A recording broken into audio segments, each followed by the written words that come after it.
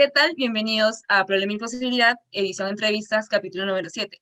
Como ya saben, Problema y Posibilidad, edición Entrevistas, es un espacio audiovisual promovido por la Asamblea de Estudiantes de Economía de la PUC, encargado de entrevistar a distintos especialistas del Perú. El día de hoy tenemos al profesor José Carlos Orihuela. El profesor ha sido muy amable en brindarnos la entrevista. Él es economista político y profesor principal de nuestra casa de estudios. El día de hoy vamos a abarcar la problemática de relación entre los recursos naturales y la formación de capital humano. Bueno, antes de empezar, quería reiterar el agradecimiento, darle las gracias por este pequeño espacio que nos ha brindado para Con gusto, entablar estas preguntas. Bueno, con si mucho le gusto. parece bien, podríamos comenzar con las preguntas, ¿sí? Claro, claro. Ok. La primera es sobre más o menos lo que es la campaña, ¿no? Durante la campaña electoral se ha escuchado propuestas sobre el canon. Incluso a los dos candidatos se les escuchó proponer repartir el 40% del canon minero. Es decir, ante el posible gobierno de cualquiera de los dos candidatos, cuando ya los resultados estén al 100% de la OMP, debemos conocer lo que significa esta propuesta. Entonces, esta distribución del canon del 40% del que tanto se ha hablado, significaría perjudicar a otros sectores que actualmente son beneficiados económicamente por el canon y a quienes perjudicaría más. Sí, ¿no? Bueno, en principio sí, pienso. Yo no se la he escuchado a Castillo, ¿no? Se la escuché a Fujimori. Se lo escuché, bueno, se lo escuchamos todos, creo, en los debates de la segunda ronda, ¿no? De la segunda vuelta. O sea que no estaba en el plan original. En general pienso que estamos en un momento redistributivo, ¿no? Esto ya se ha visto antes en la historia del Perú y qué sé yo, mundial, ¿no? Que el mundo va un poco en ciclos y si leemos cualquier página de las finanzas internacionales en estos tiempos, el consenso pinta a que vamos a tener un momento histórico con una redefinición del rol estatal, ¿no? Eso apunta a tener, digamos, en el balance Estado-mercado, entraríamos a un momento de más Estado. Esa es una primera cuestión, ¿no? Y una segunda es pues que efectivamente en Perú, si tú ves los precios, si se animó Fujimori a mandarse esa propuesta, es porque la expectativa es que los precios van a trepar y en fin, va a haber más dinero para redistribuir. Vamos a tener más presión por redistribución, porque bueno, salimos de una pandemia y una crisis económica, ¿no? Terrible y humana, terrible, pero vamos a entrar a un momento de precios altos. Entonces es un momento muy, muy peligroso, ¿no? Tiene sus, por supuesto, dice, oye, no, pero qué bien, tienes recursos, eso está bueno, porque puedes redistribuir. Bueno, sí, pues, pero es complejo, ¿no? Hay que ser muy serios y hay que pensar las cosas mucho antes de echarse a dar como recetas mágicas, ¿no? Creo que en la propuesta del 40% del canon directamente a las familias hay un diagnóstico errado. Es el diagnóstico de que la gente está descontenta porque el Estado ineficiente, y por supuesto hay Estado ineficiente. Pero entonces la respuesta es que como el Estado es ineficiente, vamos a darle el dinero directamente a las familias. Y bueno, eso es más bien más de lo mismo, ¿no? Es como que reducir más el rol estatal, y se requiere un momento de pasar a un mejor Estado y de pensar, repensar la acción estatal desde otro momento, ¿no? Histórico. Y bueno, en ese repensar también tomar en cuenta pues que bienestar económico, lo que sea que es bienestar económico, porque es una cuestión pues bien teórica, ¿no? Pero luego al final eso qué cosa es. No es pues solamente ingresos en los bolsillos, ¿no? Eso no, eso es, uno puede ser, creo que el Perú es un ejemplo, ¿no? Puede ser pobre con dinero, ¿no? Digo, pobre intelectualmente, ambientalmente, ¿no? Y con dinero en los bolsillos. Entonces, creo que eso no es construir Perú, ¿no? Me gusta esto de Perú, problema y posibilidad, me encanta eso, ¿no? Entonces, bueno, si vamos a repensar Perú, bueno, queremos pues educación, salud, queremos bienes públicos. Eso no se consigue eso necesariamente repartiéndole a la gente clientelarmente el dinero, ¿no? Entonces, por ahí va más mi reflexión. No me parece razonable porque creo que es una medida que más se parece al consenso que deberíamos estar dejando atrás, ¿no? Que es el consenso de que nada debe pasar por el Estado y algo así como que todo se arregla entre privados. No, no veo que esa sea... Es una postura ideológica en todo caso. Ok, muchas gracias. Y bueno, la segunda pregunta es, si es que habría la posibilidad de, o habría de algún modo, ¿no? Y que, de qué manera se podría reestructurar la distribución del canon minero, o tal vez alguna otra regalía o utilidad en favor de las poblaciones afectadas directamente por la actividad minera, de tal forma que se haga sostenible socioambientalmente. ¿Es posible? Es deseable que haya una mejor repartición de los beneficios, ¿no? Pero también los costos ambientales y los costos sociales, los impactos también son repartidos en forma desigual. Hay una doble desigualdad, ¿no? Por el lado de los beneficios y por el lado de los costos.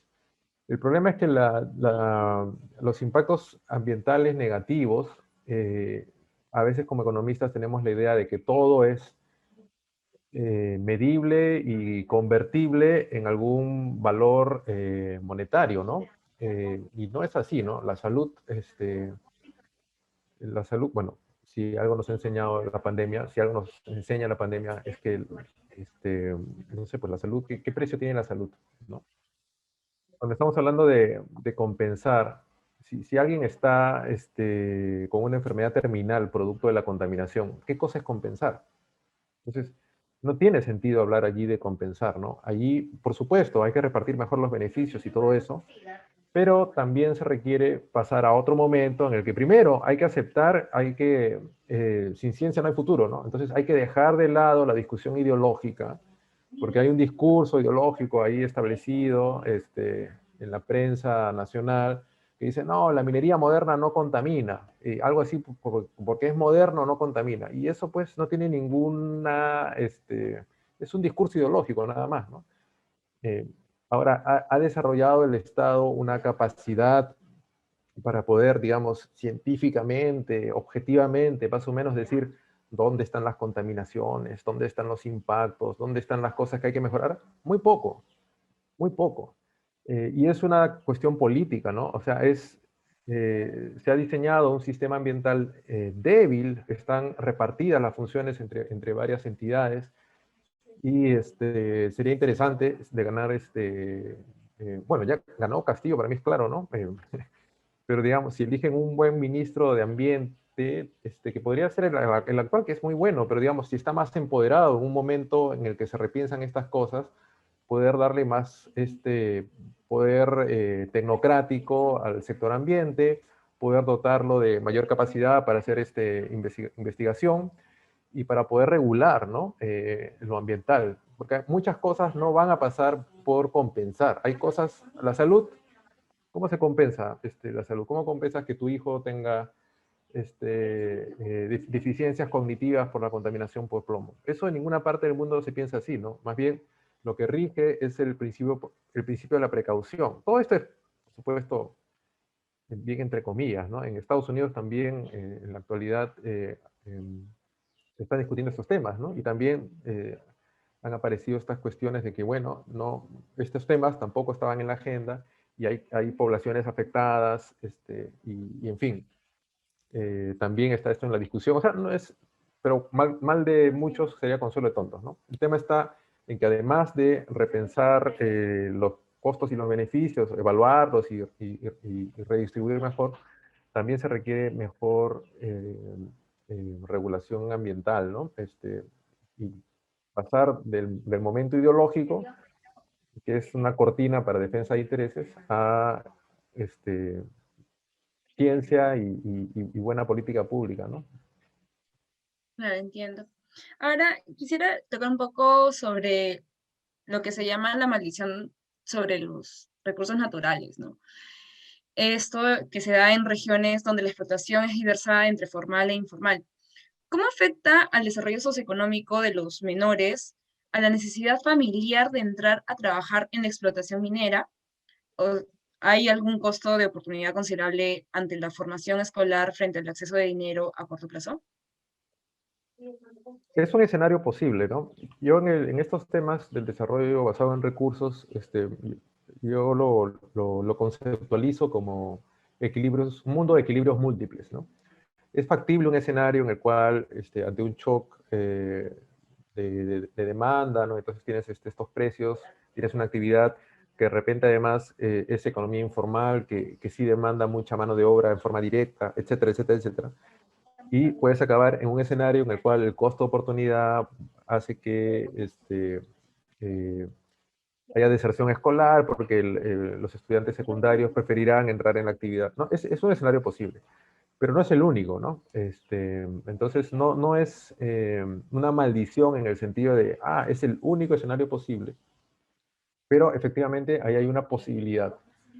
Eh, en fin, va a haber, va a seguir habiendo minería del oro, va a seguir habiendo minería informal, porque con estos precios y con la tecnología, y luego el acceso, al final el tema pasa porque si tienes precios como están, si la tecnología te permite acceder, y luego acceder es una cuestión de que ya una vez que una ruta está abierta, eso genera la entrada de la gente, ¿no? Entonces, eso va a seguir afectando a muchas partes de la Amazonía andina y también otras regiones con oro, ¿no?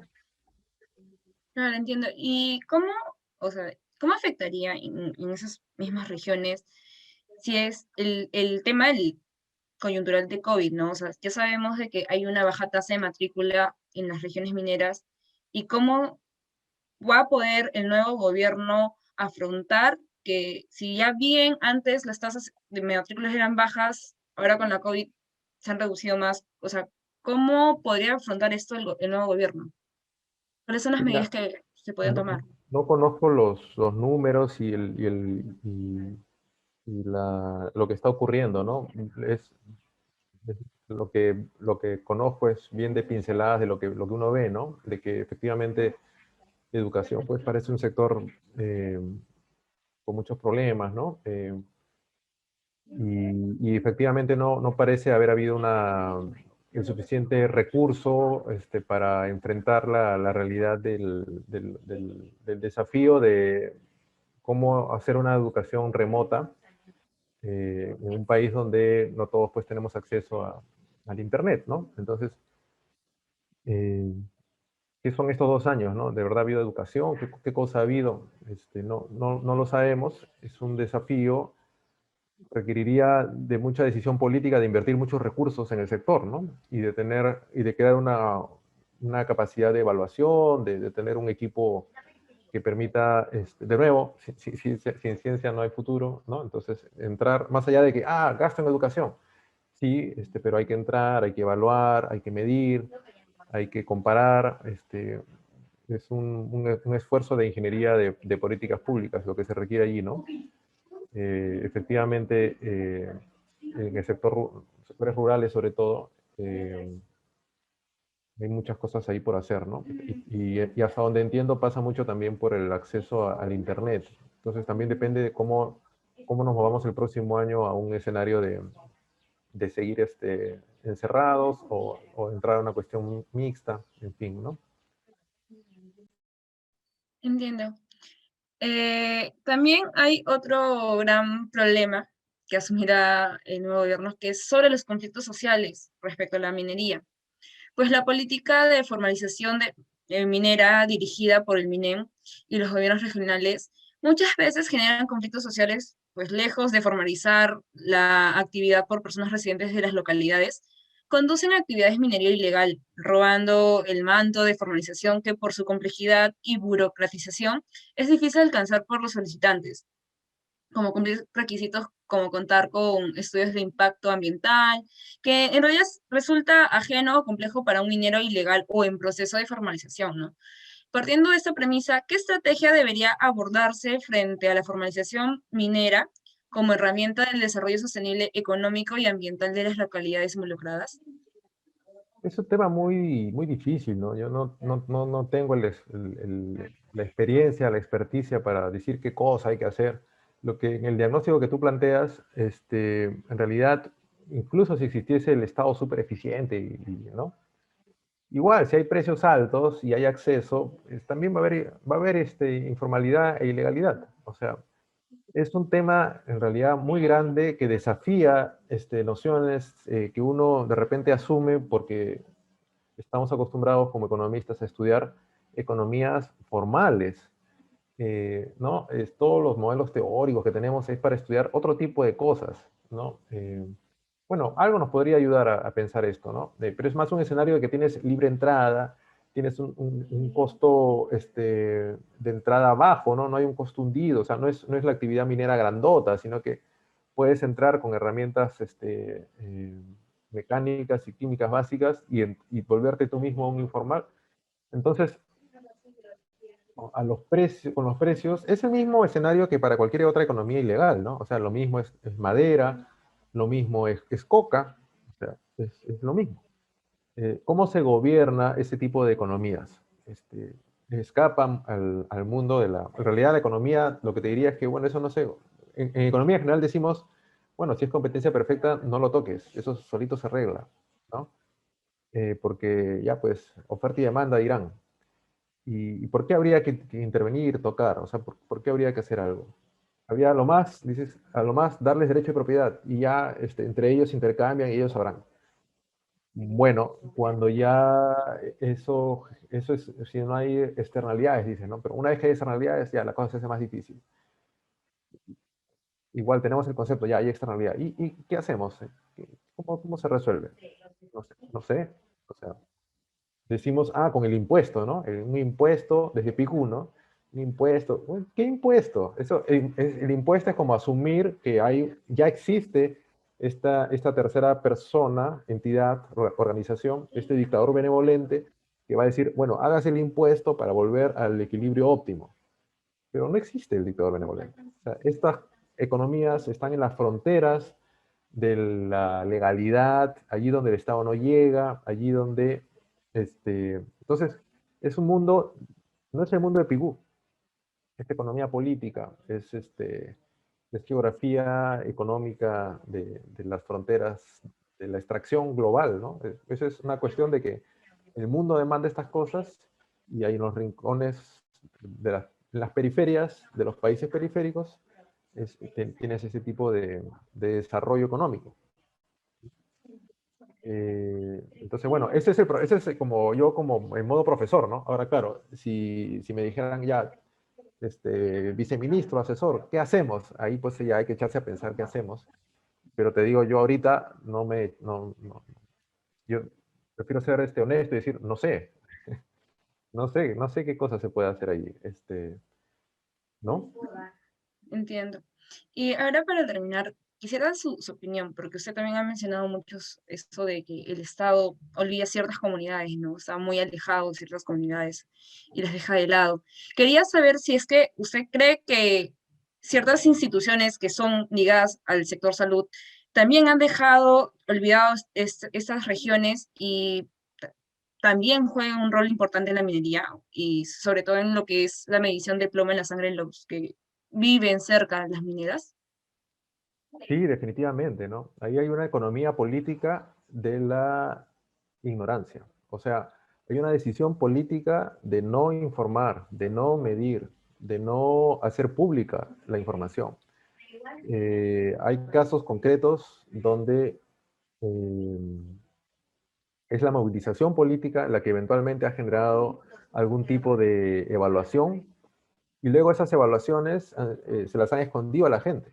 Eventualmente, nuevos ciclos de movilización política han generado, pero en fin, no hay, ahora está de moda el open data, ¿no?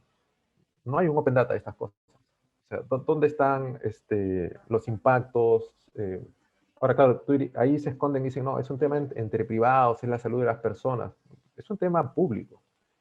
O sea, si una comunidad está contaminada, no es simplemente como que avisarle a las personas, eh, fueron parte del ejercicio epidemiológico, ¿no? Si toda la muestra está contaminada, es un problema de salud pública. Entonces, si de verdad fuésemos una sociedad más, pues, justa, ¿no? Sería una emergencia nacional y se tendría que invertir recurso público en entender qué está pasando allí y las poblaciones que son, pues, más afectadas, habría que decidir hacer algo. Pero nosotros es un permanente mirar al costado. Entonces, ahora hay un proceso eh, político, hay una nueva ley, no estoy tan al tanto cuáles han sido los últimos pasos, pero en fin, habrá que ver ahí qué va a pasar. Pero creo que había una decisión estatal, o sea, política, el Estado lo constituimos las personas que, en fin, la política pública ha sido la de mirar al costado, ¿no? Esa es mi evaluación. Bueno, es mi hipótesis de trabajo en todo caso, y estamos trabajando algunos casos con algunos colegas, un trabajo interdisciplinario, tratando de documentar algunos de estos casos, ¿no? Pero mi impresión es esa, ¿no? Que lo que hemos decidido como sociedad es mirar al costado. Entiendo. Ok, muchas gracias, profesor, por el tiempo. ¿Algo que quiera añadir a su entrevista? No, gracias, estuvo bueno. Les felicito por la iniciativa, me parece muy bien.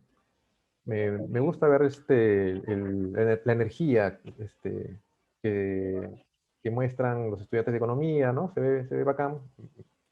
Me anima, ¿no? Como parte de la comunidad, me anima mucho que estén tan activos y activas. Así que muchas gracias. Ok, muchas gracias, profesor. Gracias por participar en una nueva edición de Problema y Posibilidad de Edición Entrevistas. Fui Naomi Solís, mi entrevistado fue José Carlos Orihuela. Muchas gracias. Hasta la Gracias. próxima.